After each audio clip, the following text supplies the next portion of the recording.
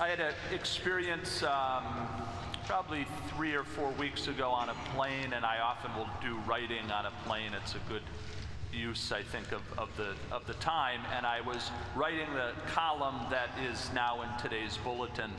And I was writing in part on the virtue of hope, which is part of the celebration of this Jubilee year, that we are pilgrims of hope. But I was also writing about a friend of mine who died in June of 2000, Tom Johnson. Some of you might recognize his name. He was a three-time county attorney, three-term county attorney here in Hennepin, a lawyer after that, and just a wonderful man for justice.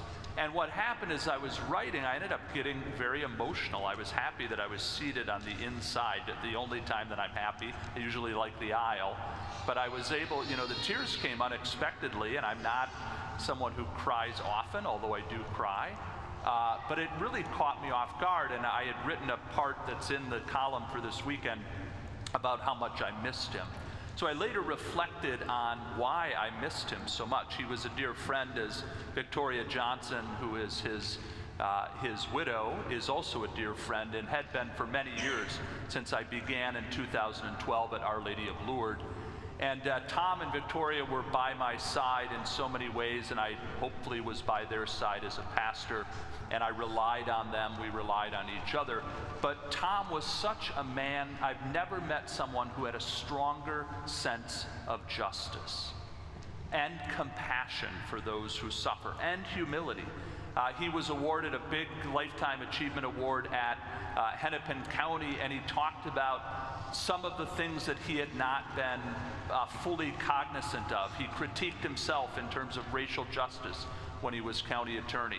He began by quoting from Pope Francis. So the backstory about Tom is his Lutheran mother decried the fact that she named him Thomas because he decided to not get confirmed in the Lutheran Church. And then finally at 69 was confirmed and came into the Catholic Church.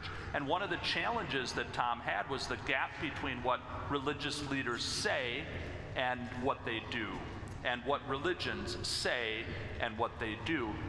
And he credited Pope Francis, he saw in Pope Francis a man who was an authentic pastor. And so at the beginning, here in the Hennepin County Government Center, he quoted from the beginning of Evangelii Gaudium, the joy of the gospel, Pope Francis's first document in 2013. And this is what Francis says in section 2. The great danger in today's world, pervaded as it is by consumerism, is the desolation and anguish born of a complacent yet covetous heart, the feverish pursuit of frivolous pleasures, and a blunted conscience. I think pretty wise words from Pope Francis, who is at his heart a pastor. And Tom very much lived the values of the kingdom. He wouldn't claim that he did, but you could see it. He was a person of light. And when I began at Our Lady of Lourdes, it was a challenging first year, and Tom said, "What's our plan? We need to have a plan." Well, the plan unfolded beautifully, not because of my leadership or anything else, but because of God's abundant grace and the fact that we trusted in that grace. The parish grew by 3 times. We had a number of young people who were involved. Some of the folks who were not happy about some of the changes. They wanted it kind of, just a few couples, families, they wanted it exactly how it always had been. And they moved on, which is always a choice for people to have. I'm always saddened as a pastor when that happens. But the parish grew and became vital because we leaned into the grace of God. And the plan of God unfolded in a beautiful way. So why was I so sad? Because I miss Tom. We need people like Tom. People of high virtue, people of a great sense of justice, but also Tom was a man of hope. He never lost hope because his hope was in God. He always thought that there was a way to be better, right, as we rely on God's grace. Friends, we hear in the psalm today, "Blessed are they who hope in the Lord." Jeremiah says in the first reading, "Blessed is the one who trusts in the Lord." The scripture scholars say that the gospel is about reliance on the Lord. And there is a thread that goes through trust and reliance and faith. When we rely on the Lord in our lives and in our work, we then have hope. We open ourselves to God's grace in a way that can be transformative, not only in our lives, but our families and in our communities as well. And that really is the central point of today's readings. It's as easy as saying there are two ways, which we hear from Deuteronomy, the way of the Lord and the way of the world. And we're called to traverse the way of the Lord, and it makes all the difference. Now, interestingly, Tom's funeral, which was celebrated by Archbishop Hebda, Tom and Archbishop became very close, and Archbishop told me he has a picture of Tom on his desk at the Chancery office. Tom was the overwhelming choice when the diocese was charged by Ramsey County to be the choice for the first ombudsperson for victim survivors of clerical abuse because of his high integrity and his reputation. So Archbishop presided on the day that we laid him to rest, and I was preaching, and as is often the case, I was scurrying, and I got there just a few minutes before. And Archbishop looked at me. It was the pandemic. I had kind of long hair, and he kind of looked at me like, okay, what's going on? This was the reading. The first reading was the reading of that morning for morning prayer.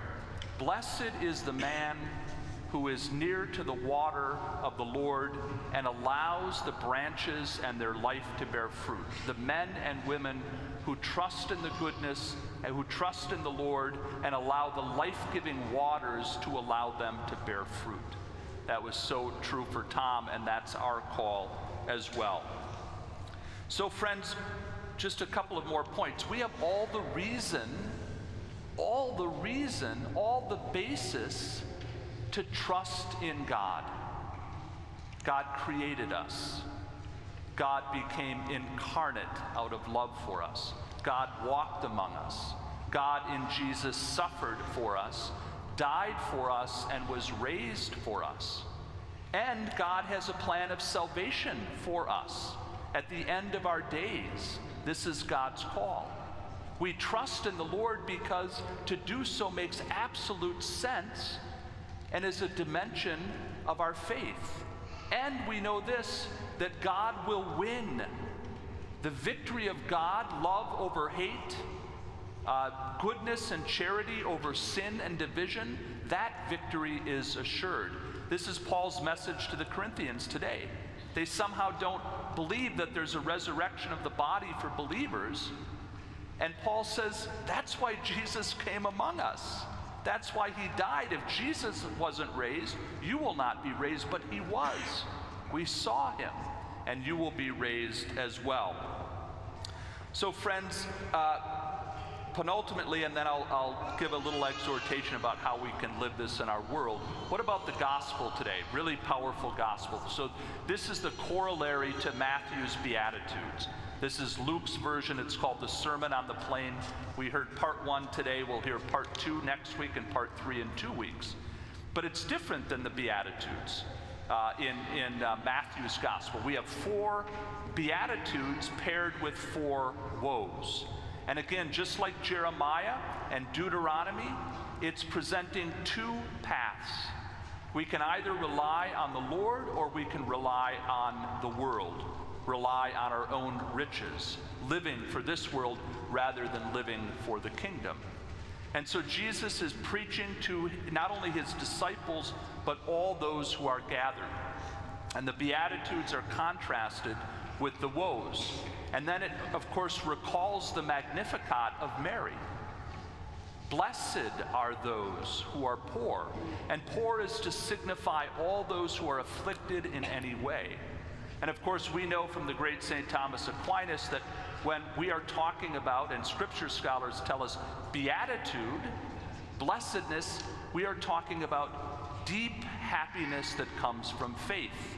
And of course, Aquinas Christianizes Aristotelian thought, and when he says beatitude, he means the goal of our lives of faith is to be happy with God for all eternity in heaven.